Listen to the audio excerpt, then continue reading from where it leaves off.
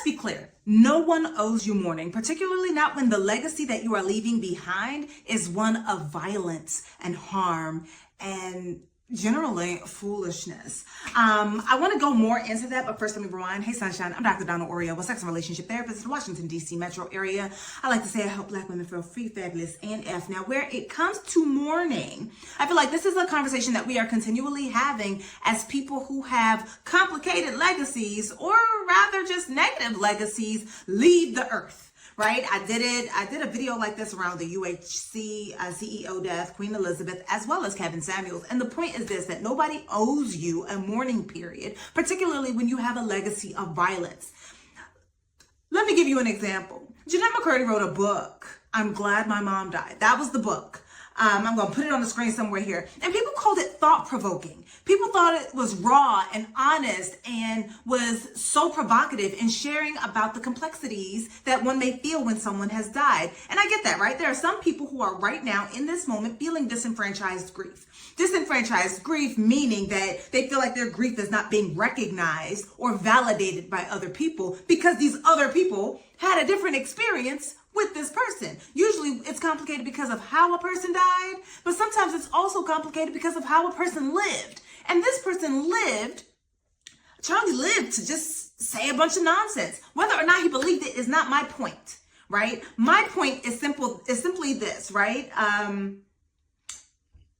To make it, I guess, biblical, he was a violent guy who died a violent death. Now, you may be saying that he wasn't violent, but violence is much more than whether or not you put your hands on somebody. It's also about the things that you say, the way that you live your life, and what you are inciting within others.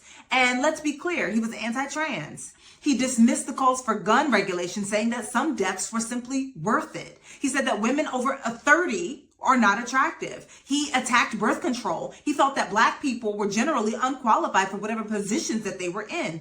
He was anti-LGBT.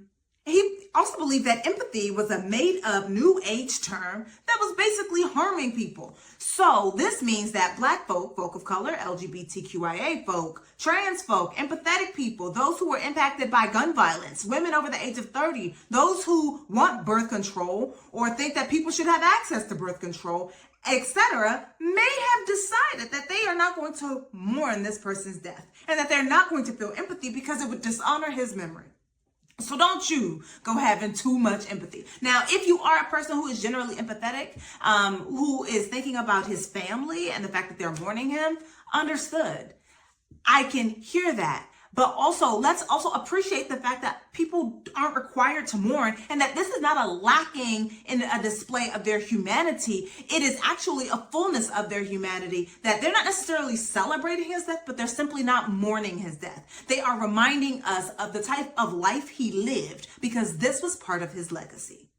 If you want people to mourn you, to have grief, to have the gnashing of teeth, the wailing, the crying, all that stuff, you have to live a life that would mean that people want or would need to express their grief at your loss. But if you live a life of violence, people will not be sad when that violence ends. Because after all, as has been said before, no one mourns the wicked. All right, y'all. Discourse, not disrespect in my comment. Yes, I am still going to include some of the resources on some of the stuff. But other than that, go on about your day. Bye.